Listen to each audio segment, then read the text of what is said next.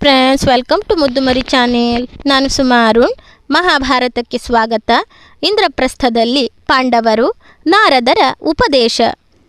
ಪಾಂಡವರು ಬಂದ ಸ್ವಲ್ಪ ಕಾಲವಾದ ಮೇಲೆ ಭೀಷ್ಮನು ಧೃತರಾಷ್ಟ್ರನು ಪಾಂಡವರನ್ನು ಬರಹೇಳಿ, ಧೃತರಾಷ್ಟ್ರನು, ಕೌಂತೆಯ, ನೀನು ನಿನ್ನ ತಮ್ಮಂದಿರು ಈಗ ನಾನು ಹೇಳುವುದನ್ನು ಕಿವಿಗೊಟ್ಟು ಕೇಳಿ. ಇಲ್ಲಿ ಇದ್ದು ನಿಮಗೆ ಜಗಳವಾಗುವುದು ಬೇಡ. ನೀವು ಅರ್ಧ ರಾಜ್ಯವನ್ನು ತೆಗೆದುಕೊಂಡು ಕಾಂಡವ ಪ್ರಸ್ಥಕ್ಕೆ ಹೋಗಿ ಅಲ್ಲಿ ಹಾಯಾಗಿ ಇದ್ದು ಬಿಡಿ ಎಂದನು. ಧರ್ಮರಾಜನು ವಿನಯದಿಂದ ಹಾಗೇ ಆಗಲಿ ದೊಡ್ಡಪ್ಪ ಎಂದು ಒಪ್ಪಿದನು. ಎಲ್ಲರೆದುರಿಗೆ ಕಾಂಡವ ಪ್ರಸ್ಥವನ್ನು ಆಳಿಕೊಂಡಿರಬೇಕಾಗಿದೆ ಎಂದು ಧರ್ಮರಾಜನು ತಿಳಿಸಿದಾಗ ಶುಭ ಮುಹೂರ್ತದಲ್ಲಿ ಹೋಗುವ ನಿರ್ಧಾರ ಮಾಡಿದರು. ಕಾಂಡವ ಪ್ರಸ್ಥವು ಆಗ ಭಯಂಕರವಾದ ಕಾಡು. ಅಲ್ಲಿ ಪಾಂಡವರು ಕಷ್ಟಪಟ್ಟು ಹೊಸ ನಗರವನ್ನು ನಿರ್ಮಾಣ ಮಾಡಿ ಇಂದ್ರಪ್ರಸ್ಥವೆಂದು ಹೆಸರಿಟ್ಟರು. ಪ್ರಜೆಗಳೂ ಸಹ ಸೇರಿ ಸುಂದರ ನಗರವನ್ನು ನಿರ್ಮಾಣ ಮಾಡಿಕೊಂಡಿದ್ದರು. ಧರ್ಮರಾಜನ ಆಡಳಿತವು ಎಲ್ಲರಿಗೂ ಸಂತೋಷವನ್ನು ತಂದಿತ್ತು. ಇಂದ್ರಪ್ರಸ್ಥದಲ್ಲಿ ಧರ್ಮರಾಜನು ಆಡಳಿತವನ್ನು ನಡೆಸಲು ಆರಂಭಿಸಿದಾಗ ಒಮ್ಮೆ ತ್ರಿಲೋಕ ಸಂಚಾರಿಗಳಾದ ನಾರದ ಮಹರ್ಷಿಗಳು ಬಂದರು. ಧರ್ಮರಾಜನು ವೈಭವದಿಂದ ನಾರದರನ್ನು ಸ್ವಾಗತಿಸಿ, ಮಹರ್ಷಿಗಳೇ, ರಾಜನೀತಿಯ ವಿಶೇಷತೆಗಳನ್ನು ತಿಳಿಸಬೇಕು ಎಂದು ಪ್ರಾರ್ಥಿಸಿದನು.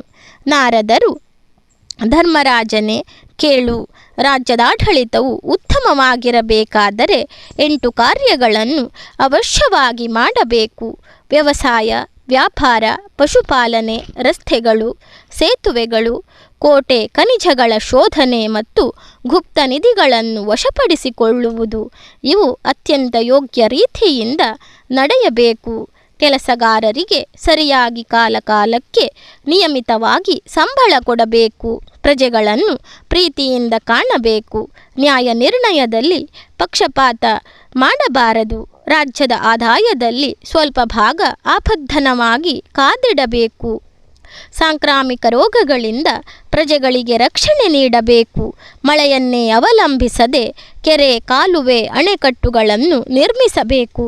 ಅಧಿಕಾರಿಗಳು ಭ್ರಷ್ಟರಾಗದಂತೆ ನೋಡಿಕೊಳ್ಳಬೇಕು. ಸ್ತ್ರೀಯರಿಗೆ ವಿಶೇಷ ಸ್ಥಾನಮಾನವಿರಬೇಕು.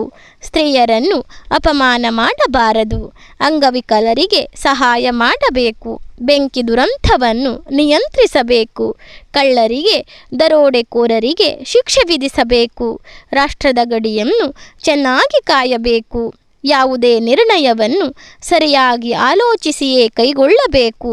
ಮಂತ್ರಿಗಳು, ಹಿರಿಯರು, ಅನುಭವಿಗಳನ್ನು ಕೇಳಿ ವಿಮರ್ಶಿಸಬೇಕು. ರಾಜನು ಯಾವಾಗಲೂ ಸೋಮಾರಿಯಾಗಬಾರದು.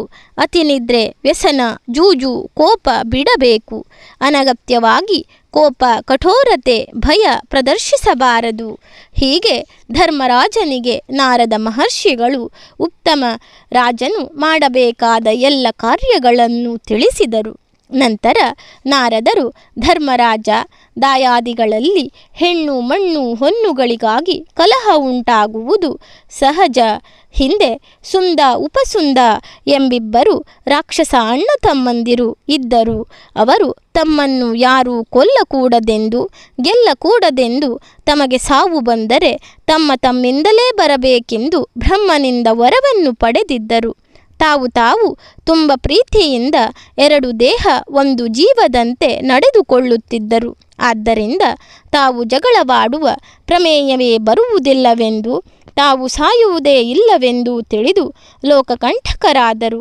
ಆದರೆ ತಿಲೋತ್ತಮೆಯನ್ನು ನೋಡಿದಾಗ ಅವರಿಬ್ಬರಿಗೂ ಅವಳ ಮೇಲೆ ಆಸೆ ಹುಟ್ಟಿ ಅವಳು ತನಗೆ ಬೇಕು ಎಂದು ಹೊಡೆದಾಡಿ ಇಬ್ಬರೂ ಮರಣ ಹೊಂದಿದರು. ಹೀಗೆ ಐವರ ಪತ್ನಿಯಾದ ದ್ರೌಪದಿಯ ವಿಷಯದಲ್ಲಿ ನಿಮ್ಮಲ್ಲಿ ಕಲಹವಾಗಬಾರದು. ಒಬ್ಬೊಬ್ಬರು 1 ವರ್ಷ ದ್ರೌಪದಿಯೊಂದಿಗೆ ಬಾಳಿರಿ ಎಂದು ಸಲಹೆ ನೀಡಿದರು.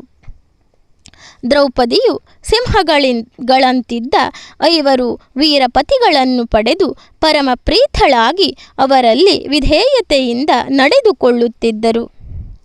ಆದರೂ ನಾರದರ ಎಚ್ಚರಿಕೆಯ ಪ್ರಕಾರ ಅವರು ಒಂದು ಒಪ್ಪಂದವನ್ನು ಮಾಡಿಕೊಂಡರು.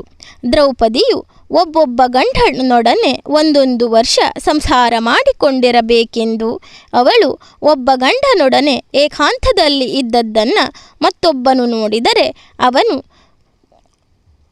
ವನವಾಸಕ್ಕೆ ಹೋಗಬೇಕೆಂದು ಒಪ್ಪಂದ ಮಾಡಿಕೊಂಡರು. ಪಾಂಡವರು ಧರ್ಮನಿರತರಾಗಿದ್ದರಿಂದ ಕುರುದೇಶವು ಮುಂದಕ್ಕೆ ಬಂತು. ಜನರು ಪಾಪ ಬಿಟ್ಟು ಸುಖಿಗಳಾಗಿದ್ದರು. ಧನ್ಯವಾದಗಳು ಸ್ನೇಹಿತರೆ. ನನ್ನ ವಿಡಿಯೋಗಳೆಲ್ಲ ನಿಮಗೆ ಇಷ್ಟವಾಗ್ತಾ ಇದ್ದರೆ ನನ್ನ ಮುದ್ದು ಮರಿ ಚಾನಲನ್ನು ಸಬ್ಸ್ಕ್ರೈಬ್ ಮಾಡದೆ ನೋಡ್ತಾ ಇರುವವರು ದಯವಿಟ್ಟು ಸಬ್ಸ್ಕ್ರೈಬ್ ಮಾಡಿ, ಆಲ್ ಅಂತ ಸೆಲೆಕ್ಟ್ ಮಾಡ್ಕೊಳ್ಳಿ, ಶೇರ್ ಮಾಡಿ, ಲೈಕ್ ಮಾಡಿ, ಕಮೆಂಟ್ ಮಾಡಿ.